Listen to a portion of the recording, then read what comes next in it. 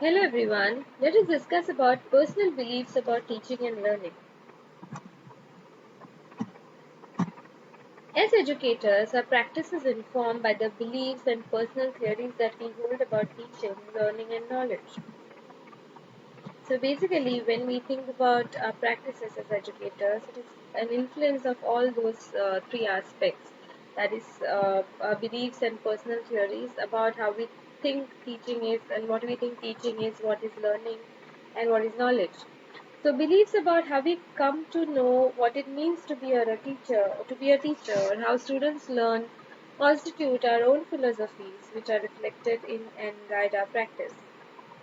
As Ernest in 1998 argues, all practices and theories of learning and teaching rest on an epistemology, whether articulated or not.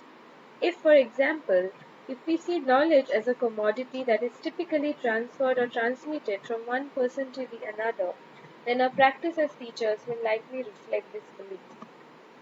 In such a case, as teachers, we may see our roles as dispensers or transmitters of knowledge and that of students as receivers. If, on the other hand, we believe that knowledge is not transmitted but constructed, that is, if we consider or believe in the theory of constructivism through a process of sense making, then we are more likely to see our role as that of guides or of individuals who provide support and facilitation to this construction process. Such a conception of knowledge adopts not the metaphor of student as a passive receiver, but that of a sense maker. Often our beliefs and tacit knowledge about teaching and learning come from explicit expert knowledge and theories that have influenced thinking over time. The theory of behaviorism provides an example of this type of influence. During the 1950s, behaviorism began to exert an influence on educational thinking. As its name suggests, behavioral psychology limits its focus to the observable behavior and not to underlying phenomena such as understanding, reasoning, and thinking, as said by Good and Brophy in the year 1990. Thus, it is interested in the study of changes in manifest behavior as opposed to changes in mental states. From this perspective, learning is conceived as a process of changing or conditioning observable behavior as a result of selective reinforcement of an individual's response to events that occur in the environment. Behaviorism centers on students' efforts to accumulate knowledge of the natural world and on teachers' efforts to transmit it. On the epistemological continuum, at the opposite end of objectivism would be constructivism. Constructivism argues that knowledge and reality do not have an objective or absolute value, at the very least, that we have no way of knowing this reality.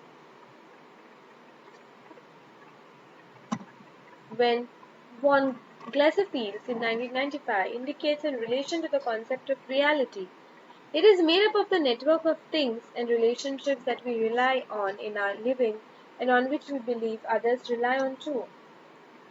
The knower interprets and constructs a reality based on experiences and interactions with his or her environment, which is considered as the basics of constructivism, rather than thinking of truth in terms of the matched reality.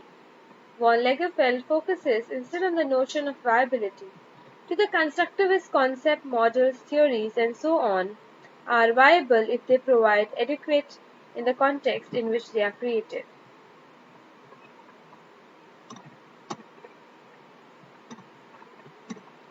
The fact that personal beliefs can relate to or reflect official theories should provide a certain reassurance to teachers that their practice are guided by valid and tested principles. No doubt there are many teachers who, although unfamiliar with constructivist theory even till today, rely implicitly on many of its principles in order to guide their practice, which is indirectly following the principles of constructivism. So it is evident from this information that our personal beliefs and our belief about teaching and learning process can have a great impact on what we consider um, a good teaching or a good learning experience. And overall, when we talk about the relationship between traditional and constructivist classroom, we have got fairly good enough idea of how different these both concepts are and how they contribute to the process of teaching and learning and how constructivist classroom overpowers the concept of traditional classroom teaching. So if you have any queries related to this topic, please feel free to type it in the chat box. Thank you.